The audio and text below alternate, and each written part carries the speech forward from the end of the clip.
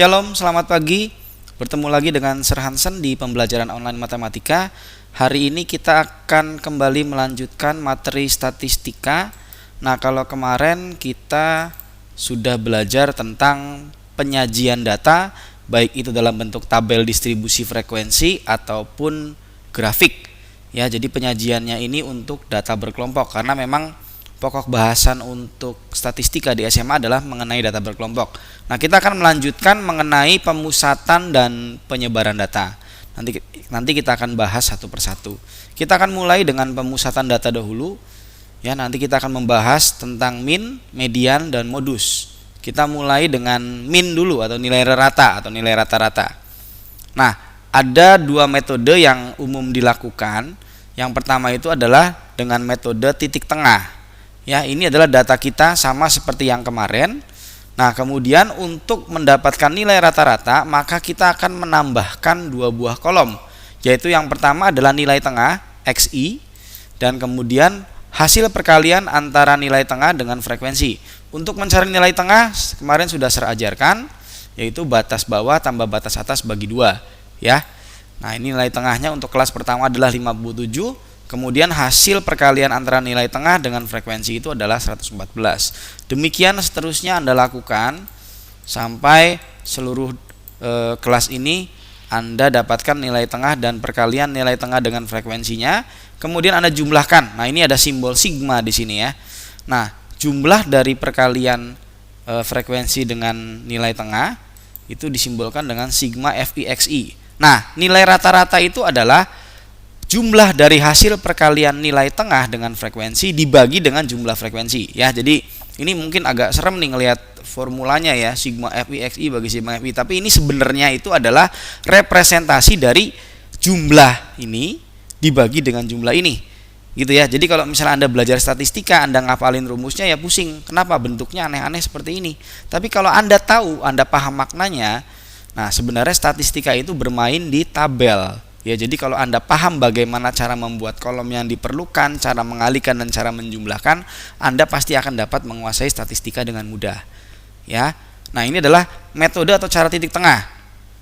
Nah, kemudian ada cara yang kedua, cara coding. Nah, cara coding ini dipakai kalau Anda mengerjakan dengan manual. Artinya bukan dengan mesin hitung.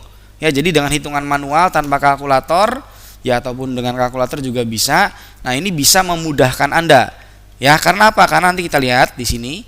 Nah, setelah dapat nilai tengah, ya. Nah, kita akan menggunakan coding. Ya.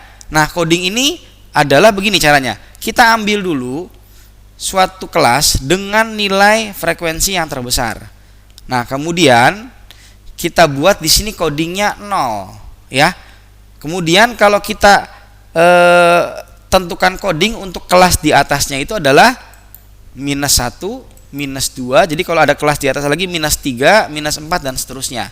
Nah, kalau sudah selesai kelas yang ke atas, sekarang yang ke bawahnya 1, 2. Kalau ada lagi kelas di bawahnya 3, 4 dan seterusnya. Nah, bedanya cara coding dengan cara titik tengah ini adalah yang dikalikan bukan titik tengahnya, sehingga nanti Anda mendapatkan angka yang lebih kecil. Ya, jadi Anda mengalihkan FI dengan UI. Nah, ini ya satu kolom lagi ya.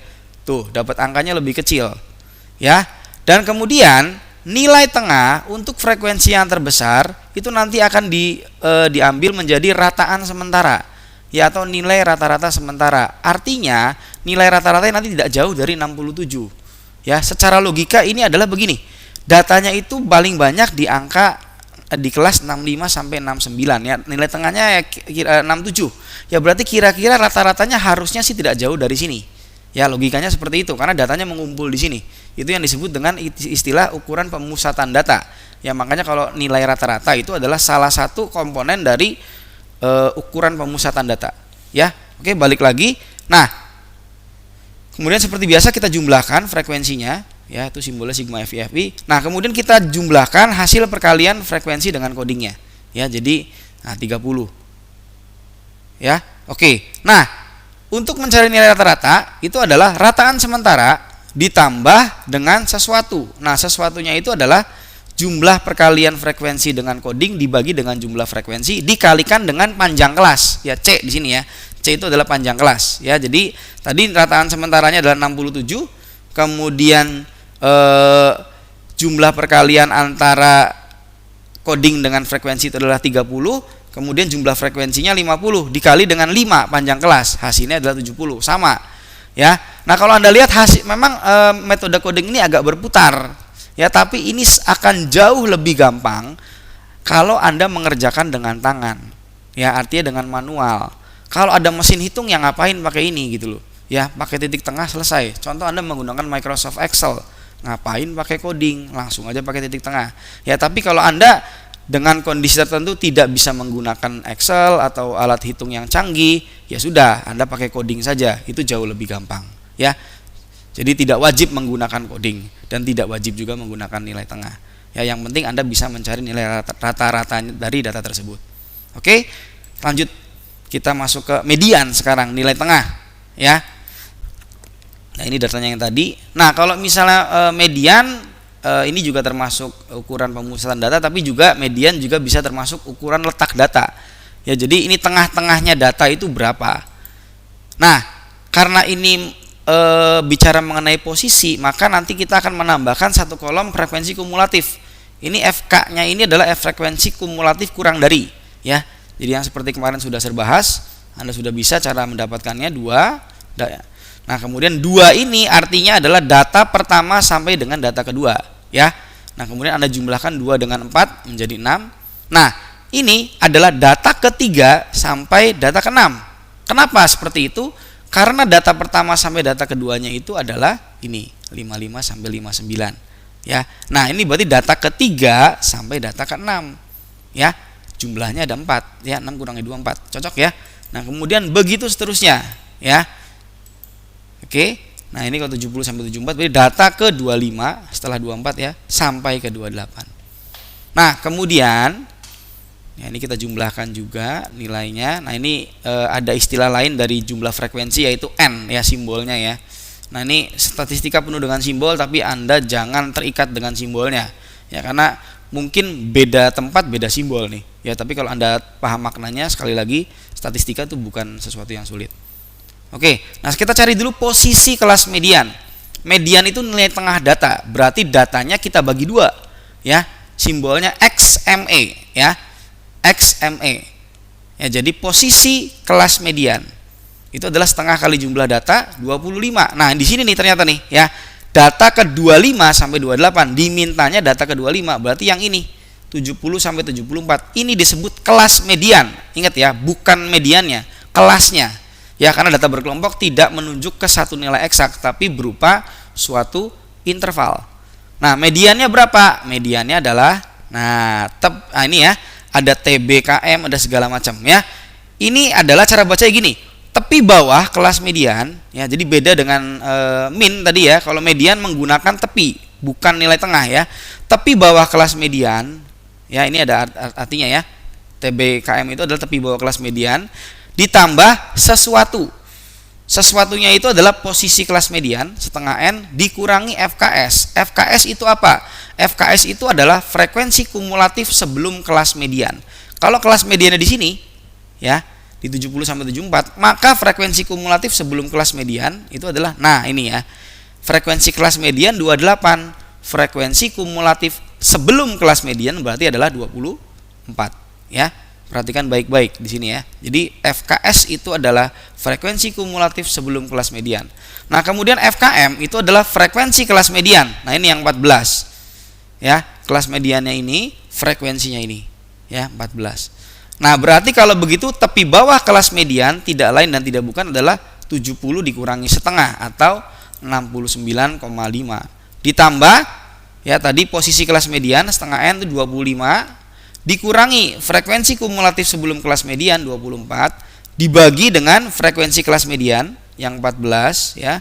Kemudian dikali dengan panjang kelas 5 ya. Hasilnya itu adalah 69,86.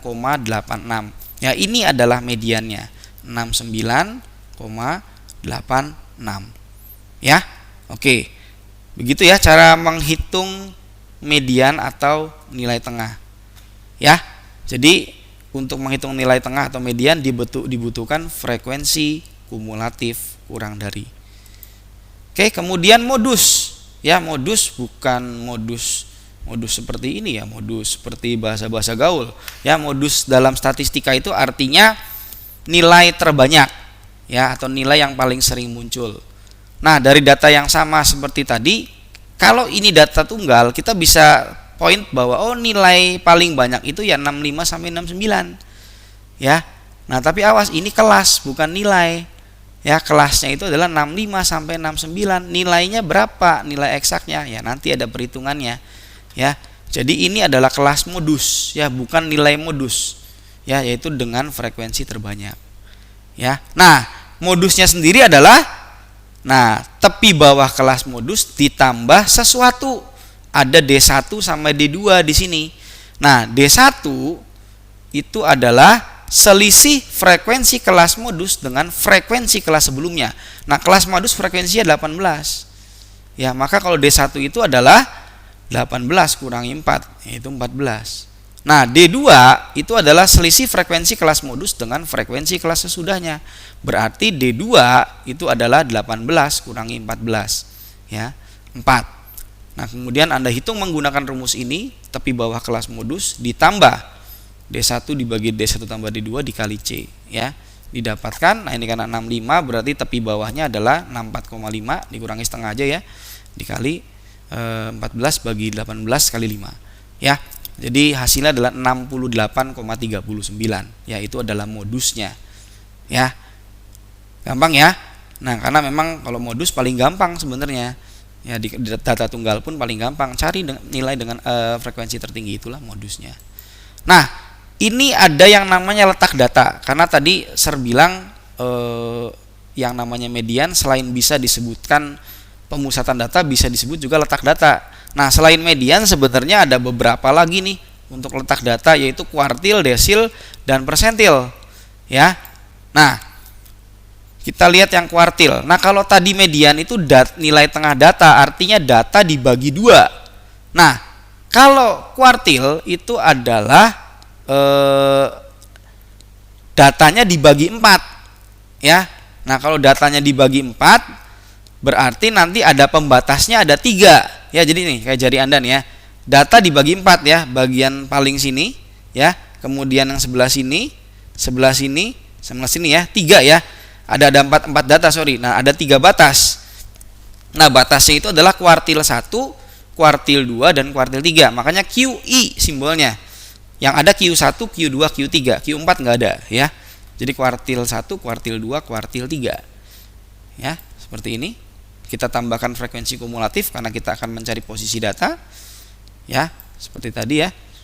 Nah, itu kita jumlahkan juga datanya. Nah, ini buat cross check aja, sebenarnya Anda tidak wajib menjumlahkan datanya, cuman ini baiknya dilakukan untuk cross check. Seharusnya nilai terakhir frekuensi kumulatif sama dengan jumlah data. Kalau nggak sama berarti ada yang salah perhitungannya. Entah Anda salah menghitung frekuensi kumulatif atau Anda salah menghitung frekuensinya. Harusnya sama ini, ya. Oke, sekarang posisi kelas kuartil. Jadi yang pertama kali dicari adalah posisinya dulu. Ya, baik median, kuartil, desil, persentil, nanti yang dicari posisinya dulu. Ya.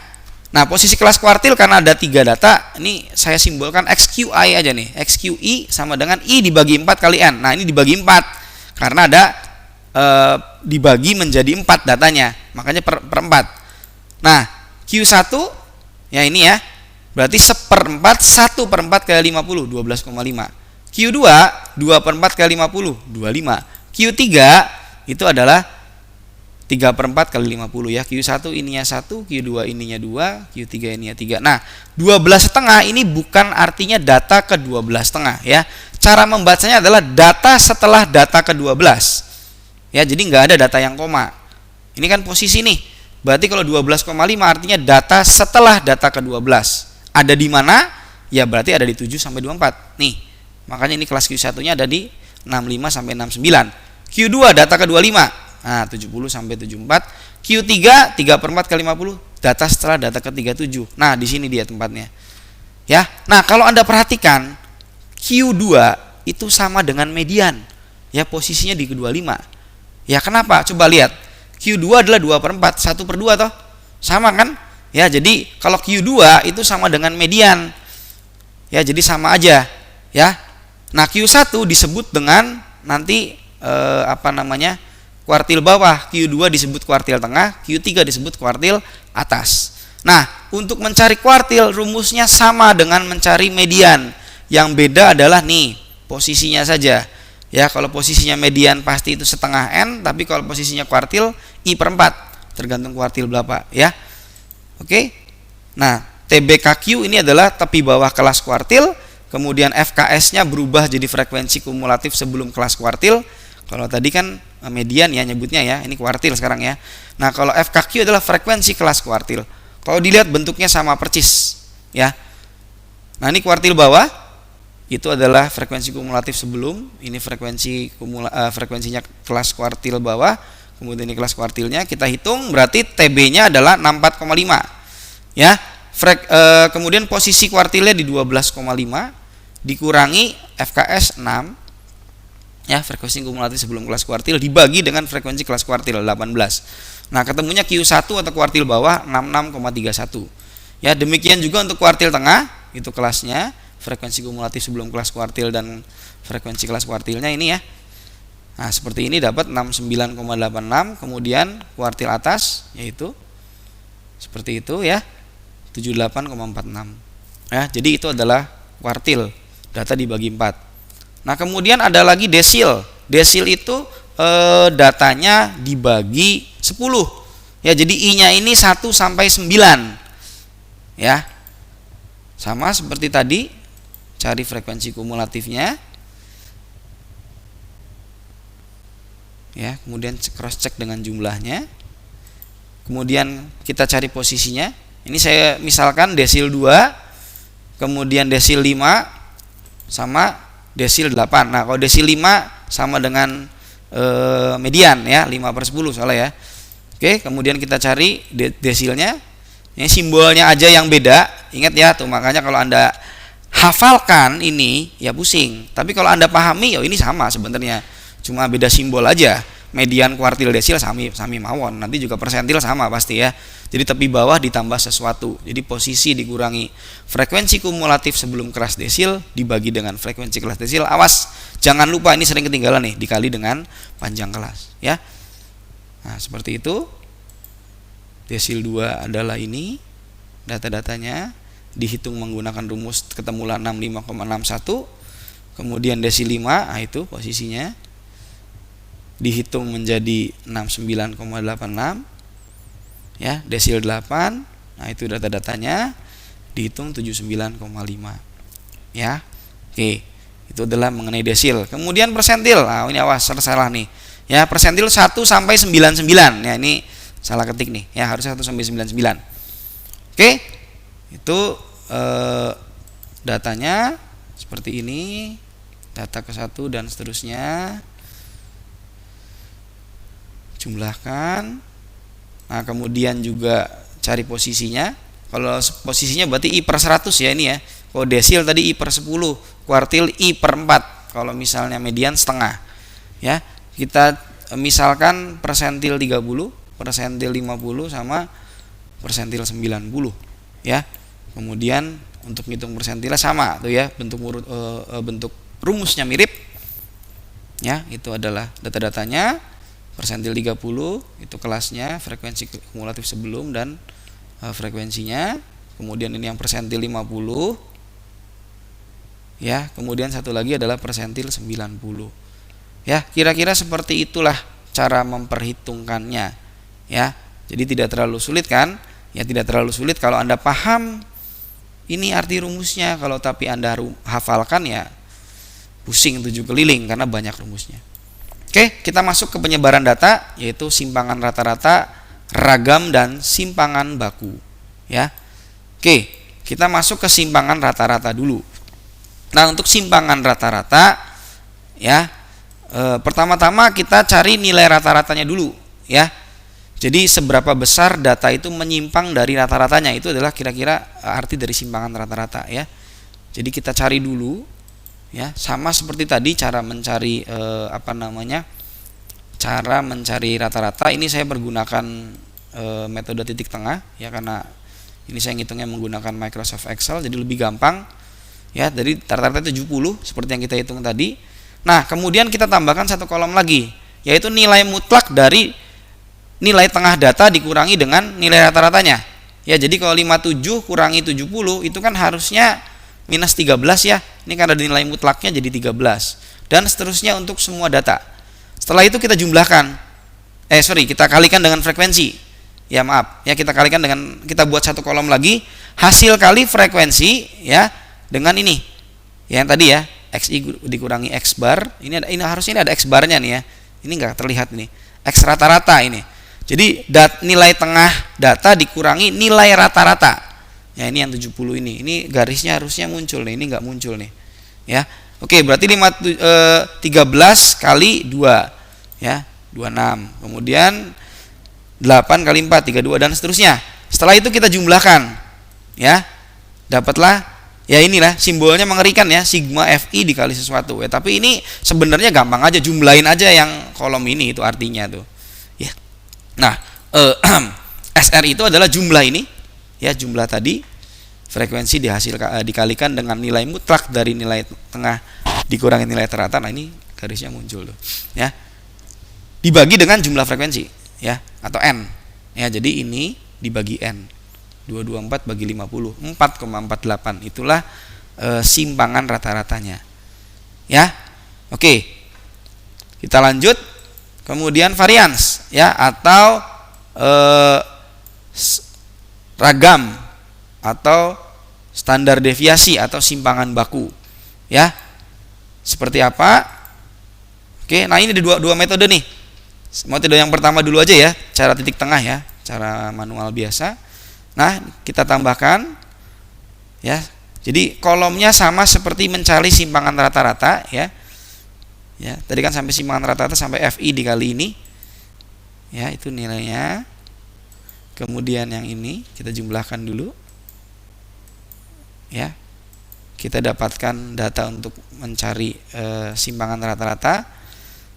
Nah, sekarang kita tambahkan lagi nih satu kolom lagi ya. Nah, sehingga menjadi Fi dikali Xi min X bar kuadrat. Wah, ini kok rumusnya rumit ser? Enggak juga. Ya, ini sebenarnya kolom yang tadi nih, kolom yang untuk mencari simpangan rata-rata, Anda kalikan dengan kolom sebelumnya. Jadilah yang ini. Ya, jadi 26 kali 13, 338 ya. 32 kali 8 dan seterusnya. Ya, Anda jumlahkan semua. Nah, ini 1400 ya. Itu adalah simbolnya ini. Sigma Fi dikali Xi min X bar kuadrat. Ya, ini ada tuh, lihat tuh, ada topi, ada garisnya ya. Ini yang di sebelah atas nggak kelihatan. Oke. Kemudian ragam atau simpangan baku itu adalah, nah ini rumusnya. Nah, simbolnya S kuadrat ya. S kuadrat sama dengan jumlah ini tadi 1400 ya, dibagi dengan jumlah frekuensi 50. Ya, dapatlah ragam atau varians itu adalah 28. Ya. Nah, simpangan bakunya berapa? Simpangan baku itu adalah akar dari ragam. Kalau Anda lihat rumusnya yang ngeri gitu loh. Tapi kalau Anda tahu, Anda sudah menghitung ragam, ya sudah, nggak usah repot-repot. Simpangan baku ya akar 28. Ya. 5,29. Ya. Gitu ya cara ngitungnya ya. Nah, ini adalah tabel komplit atau tabel lengkap statistika untuk menghitung pemusatan data. Kalau Anda tuliskan semua nilai di tabel ini, Anda praktis bisa mencari nilai rata-rata, bisa mencari nilai simpangan rata-rata, bisa mencari varian, dan juga bisa mencari simpangan baku atau standard deviation. Ya, pertanyaannya, Sir, apakah harus selalu dibuat seperti ini? Ya, jawabannya enggak. Kalau cuma sampai rata-rata saja ya cukup sampai ini, Fi Xi ini. Ya, ini enggak usah. Ya, yang 3 kolom sebelah kanannya enggak usah. Tapi kalau mau sampai SR ya berarti stop sampai Fi Xi min X. Tapi kalau standar deviasi ya berarti nasib Anda harus dikerjakan semuanya. Oke? Ya, itu adalah metode titik tengah. Nah, ada cara selanjutnya. Sama nih metode coding. Ini lebih gampang. Ya. Nah, untuk coding bahkan Anda tidak perlu mencari nilai tengahnya tuh. Enggak perlu nyari nilai rata-rata. Cukup pakai codingnya saja. Ya. Anda buat coding. Nah, ini kan nilai tertinggi di 18 ya. Seperti tadi 0, min 1, min 2, 1, 2. Ya, kemudian kalikan coding dengan frekuensinya FI UI dapat. Kemudian FI dikali UI kuadrat. Ya, jadi Anda boleh menguadratkan UI dikali FI, atau yang paling mudah adalah FI UI dikali UI, gitu aja. Nah, dapat tuh. Ya. Kemudian Anda jumlahkan, cari dulu jumlahnya. Jumlah FI, jumlah FI UI, jumlah FI kali UI kuadrat. Ya. Nah, ragam itu adalah, ya, S kuadrat itu adalah jumlah ini yang 74 dibagi 50, kemudian dikurangi, ya, jumlah FIUI 30 per 50 dikuadratkan. Ya, awas, rumusnya ribet, tapi kalau Anda lihat maknanya ini adalah 74 dibagi 50 dikurangi 30 bagi 50 dikuadratkan, kemudian dikali dengan C kuadrat. C kuadrat itu adalah panjang kelas kuadrat.